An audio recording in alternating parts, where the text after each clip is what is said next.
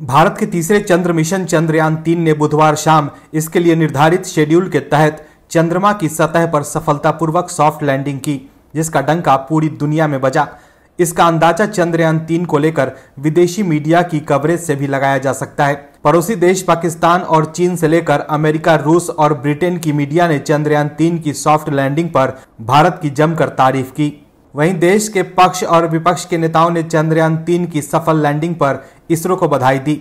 वहीं विपक्षी नेता राहुल गांधी से लेकर कांग्रेस अध्यक्ष मल्लिकार्जुन खड़गे से लेकर कांग्रेस के तमाम बड़े नेताओं ने इसरो को बधाई दी, लेकिन साथ ही इस पर कांग्रेस ने राजनीतिक रोटियां भी सेकने की कोशिश की। पहले दिग्विजय सिंह ने यह बयान देकर कांग्रेस की फजीहत करवाई कि चंद्रयान के वैज्ञानिकों को 17 महीने से सैलरी नहीं मिली है। हालांकि विवाद बढ़ने के बाद उन्होंने अपने बयान से पलटी मार ली। वहीं दूसरे कांग्रेस के नेताओं ने इसरो को बधाई देकर चंद्रयान-3 की सफल लैंडिंग पर पंडित जवाहरलाल नेहरू को क्रेडिट दिया।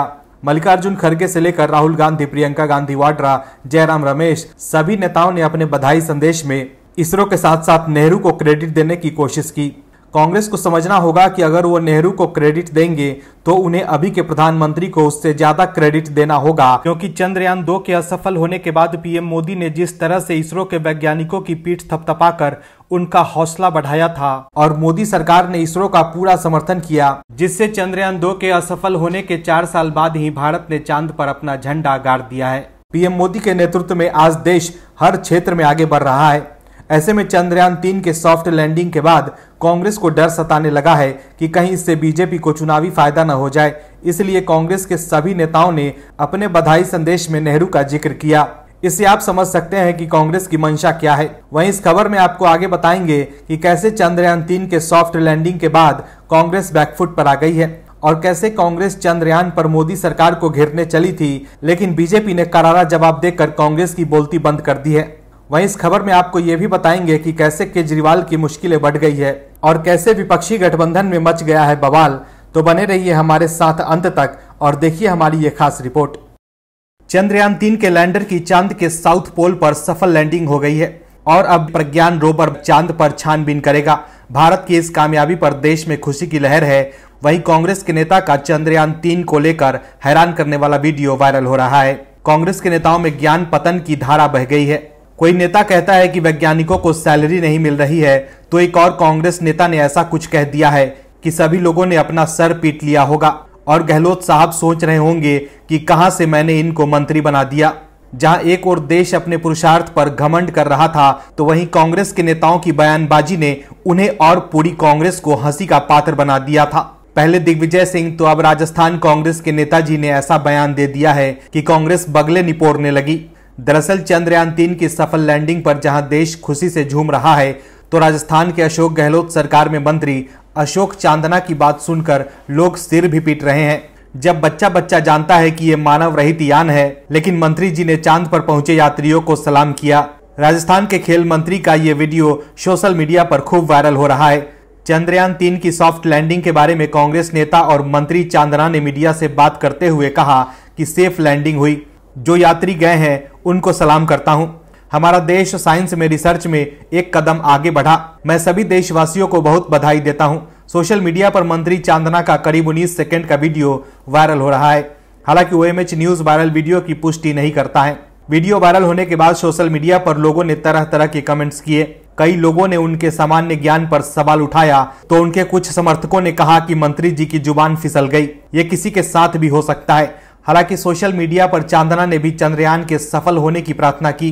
इससे पहले कांग्रेस नेता दिग्विजय सिंह के बयान की वजह से कांग्रेस बैकफुट पर आ गई थी। चंद्रयान-3 को लेकर दिग्विजय सिंह ने कहा था कि मिशन पर काम करने वाले वैज्ञानिकों को 17 महीने से वेतन नहीं मिला है, जिस पर प्रधानमंत्री नरेंद्र मोदी को ध्यान देना चाहिए। लेकिन थोड़ी ही देर बाद कांग्रेस नेता अपनी बात से पलट गए।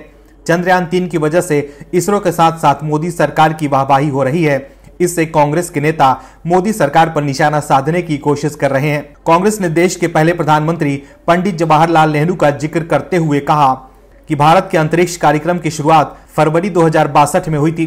कांग्रेस के महासचिव जयराम रमेश ने कहा कि भारत के अंतरिक्ष की शुरुआत 23 फरवरी 1962 को Indian national community for space research के साथ हुई थी। होमी जहांगीर भाभा और विक्रम साराभाई की इस दूरदर्शिता के साथ साथ नेहरू के समर्थन के लिए धन्यवाद। तो देखा आपने कैसे कांग्रेस क्रेडिट लेने की कोशिश कर रही है। पार्टी नेहरू को धन्यवाद दे रही है, उससे कोई दिक्कत नहीं है, लेकिन चंद्रयान 3 के सफल लैंडिंग के बाद कांग्रेस को अभी के प्रधानमंत्री का भी धन्यवाद करना चाहिए। विपक्षी गठबंधन बनने के बाद से ही गठबंधन में पीएम कैंडिडेट बनने के लिए घमासान मचा हुआ है। राहुल गांधी की सदस्यता बहाल होने के बाद कांग्रेस राहुल गांधी को पीएम कैंडिडेट के तौर पर देख रही है, लेकिन राहुल गांधी के लिए मुश्किलें बहुत हैं, क्योंकि विपक्ष में कई ऐसे दल हैं जो अपनी पार्टी को विपक्ष की ओर से पीएम कैंडिडेट घोषित करने के लिए बैटिंग कर रहे हैं। आगामी लोकसभा चुनाव 2024 के लिए विपक्षी गठबंधन में पीएम उम्मीदवार को लेकर दरार पड़ने के आसार नजर आने लगे हैं। बीजेपी ने यह दावा किया था कि नीतीश कुमार प्रधानमंत्री बनने का सपना देख रहे हैं। अब यह दावा सच साबित होता दिख रहा है। नीतीश सरकार के एक मंत्री और जेडीयू नेता ने नीतीश का नाम प्रधानमंत्री पद के लिए आगे कर दिया है। विपक्षी गठबंधन Indian national developmental inclusive alliance की ओर से प्रधानमंत्री पद का चेहरा कौन होगा, इस सवाल का जवाब फिलहाल किसी के पास नहीं, मगर सभी सहयोगी दल अपनी अपनी इच्छा जाहिर कर रहे हैं। पहले टीएमसी के नेताओं ने ममता बनर्जी का नाम आगे रखा, तो अब जेडीयू ने नीतीश कुमार का नाम आगे कर दिया है। नीतीश सरकार में मंत्री जमा खान ने कहा कि नीतीश कुमार को जनता प्रधानमंत्री के रूप में देखना चाहती है। कई मौकों पर नीतीश कुमार ये साफ कर चुके हैं कि पीएम पद की रेस में नहीं हूं, लेकिन जमा खान के बयान पर सियासी तनातनी का माहौल बन गया है। कांग्रेस नेता पीएल पुनिया ने साफ शब्दों में कहा है कि प्रधानमंत्री पद के लिए चुनाव के बाद चर्चा होगी। यहाँ यह समझना जरूरी है कि मुंबई में बैठक से पहले जेडीयू की ओर से की गई इस बयानबाजी के क्या मायने हैं। नीतीश कुमार को लेकर ऐसा कहा जाता है कि वो प्रेशर पॉलिटिक्स के हर तौर तरीके से वाकिफ हैं। वो अपनी सियासी चाल से खुद को मजबूत करना बखूबी जानते हैं। ऐसे में उनके नेताओं के बयान के कई सारे मायने हैं। माना यह जा रहा है कि अगले विपक्षी बैठक में सीटों पर चर्चा हो सकती है। ऐसे में नीतीश ये दबाव बनाने की कोशिश करेंगे कि उनके खाते में ज्यादा से ज्यादा सीटें आएं। बीजेपी के कई दिग्गजों ने यह दावा किया है कि विपक्षी गठबंधन में कोई दम नहीं है।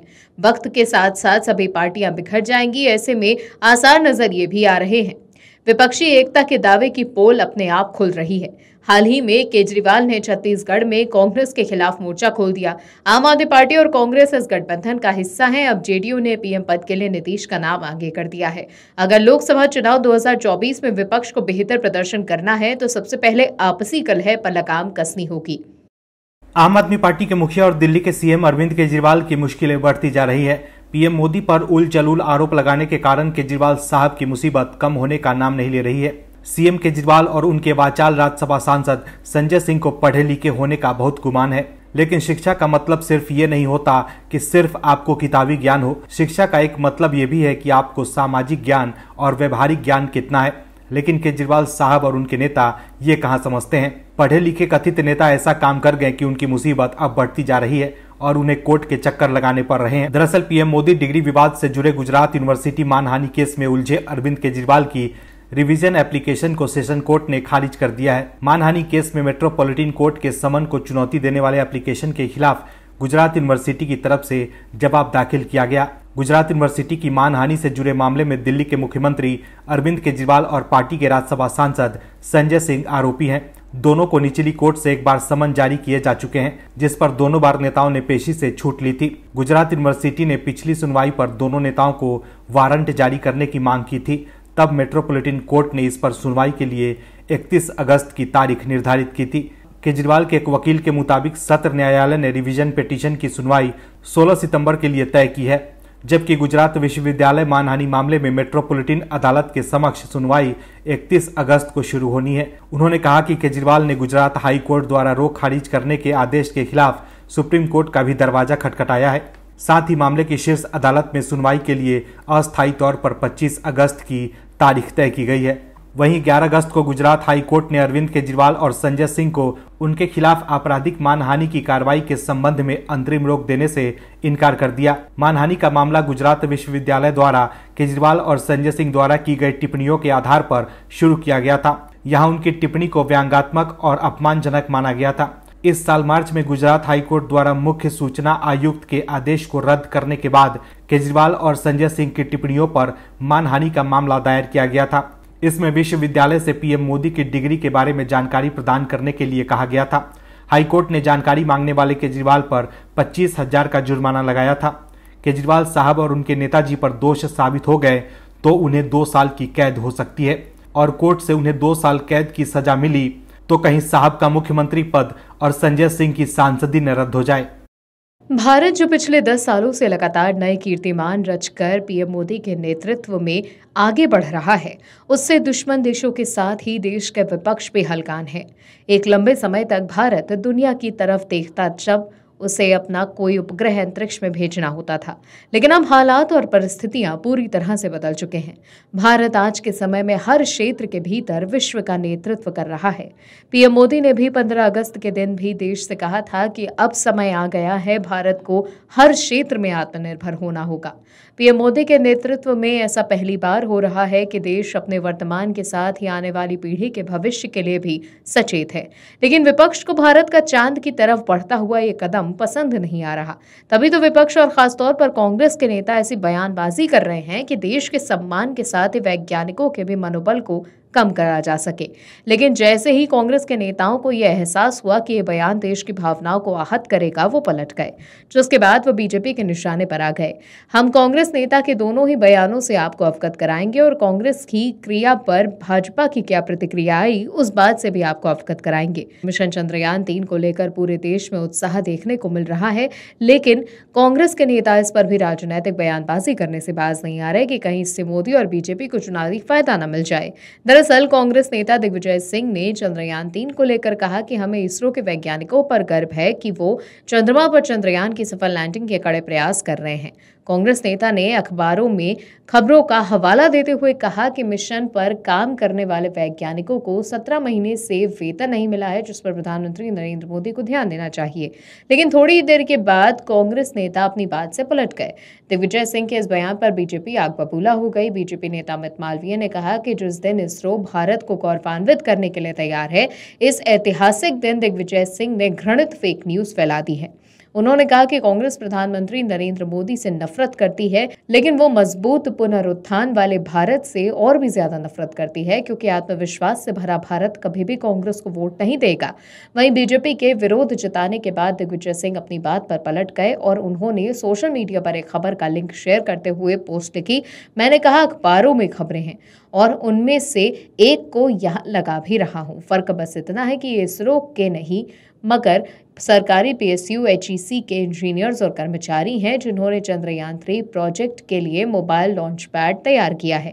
मैं मानता हूं कि इस कामयाबी में इनका भी हिस्सा है, पर अफसोस कि इनको हक नहीं मिल रहा। सार्वजनिक क्षेत्र की ये कंपनी भारत सरकार के मिनिस्ट्री ऑफ हैवी इंडस्ट्रीज के तहत आती है। तो देखा आपने कैसे एक बार फिर से दिग्गी राजा ने कांग्रेस को बैकफुट पर लाकर खड़ा कर दिया।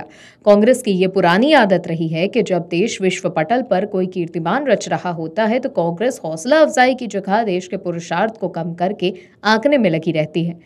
दिग्गी राजा के बयान के बाद बीजेपी ने कहा कि भारत चंद्रयान 3 का जश्न मना रहा है और कांग्रेस विलाप कर रही है। और भी वीडियोस देखने के लिए चैनल को सब्सक्राइब करें और बेल आइकन को दबाएं।